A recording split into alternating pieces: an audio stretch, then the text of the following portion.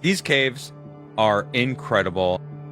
I don't even want to call them caves because it's called the Barabar Caves, but these things are not caves. Does that look like a cave to anyone? That looks No. like the entrance to a spaceship. That's Yeah, right, exactly.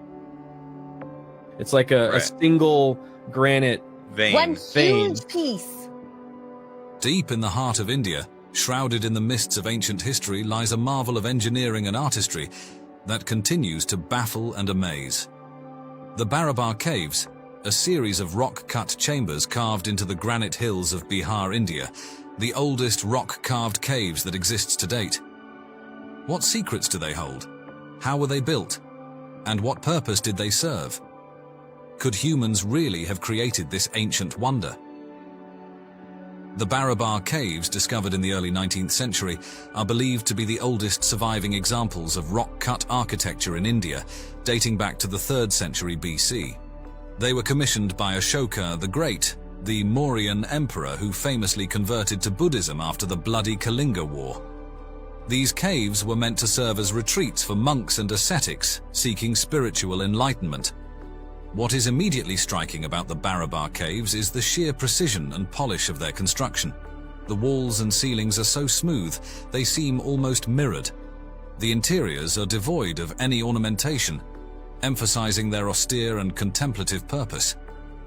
Even today, after more than 2 millennia, the echo of a whisper reverberates through these chambers, creating an ethereal atmosphere. The most iconic of the Barabar Caves is the Lomas Rishi Cave, distinguished by its unique horseshoe-shaped entrance, reminiscent of the Chaitya halls of later Buddhist architecture. The interior is a single spacious chamber with a vaulted ceiling, culminating in a stupa-like projection at the far end.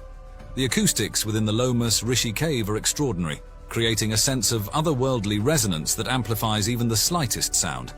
But how were these caves built? The technology available at the time was rudimentary, consisting mainly of iron chisels and hammers. Carving into the hard granite would have been an arduous and time-consuming task. Yet, the sheer scale and precision of the Barabar Caves suggest a level of mastery that seems almost impossible for the time. Some scholars theorize that the Mauryans might have employed advanced techniques, perhaps even using fire to weaken the rock before chiseling. Others speculate that they might have had access to specialized tools or knowledge that has since been lost. The mystery of their construction only adds to the allure of the Barabar Caves. The Barabar Caves are not just architectural marvels, they are also repositories of history. Inscriptions found within the caves provide valuable insights into the Mauryan era, including Ashoka's edicts promoting peace and non-violence. These inscriptions show Ashoka's profound transformation from a ruthless conqueror to a benevolent ruler, a transformation that reverberated throughout the Indian subcontinent. But the Barabar Caves also raise intriguing questions. Why did Ashoka choose this particular location? Was it for its strategic importance, its natural beauty, or its spiritual significance? The story of the Barabar Caves is far from over. These ancient marvels hold more than just questions of technique and purpose.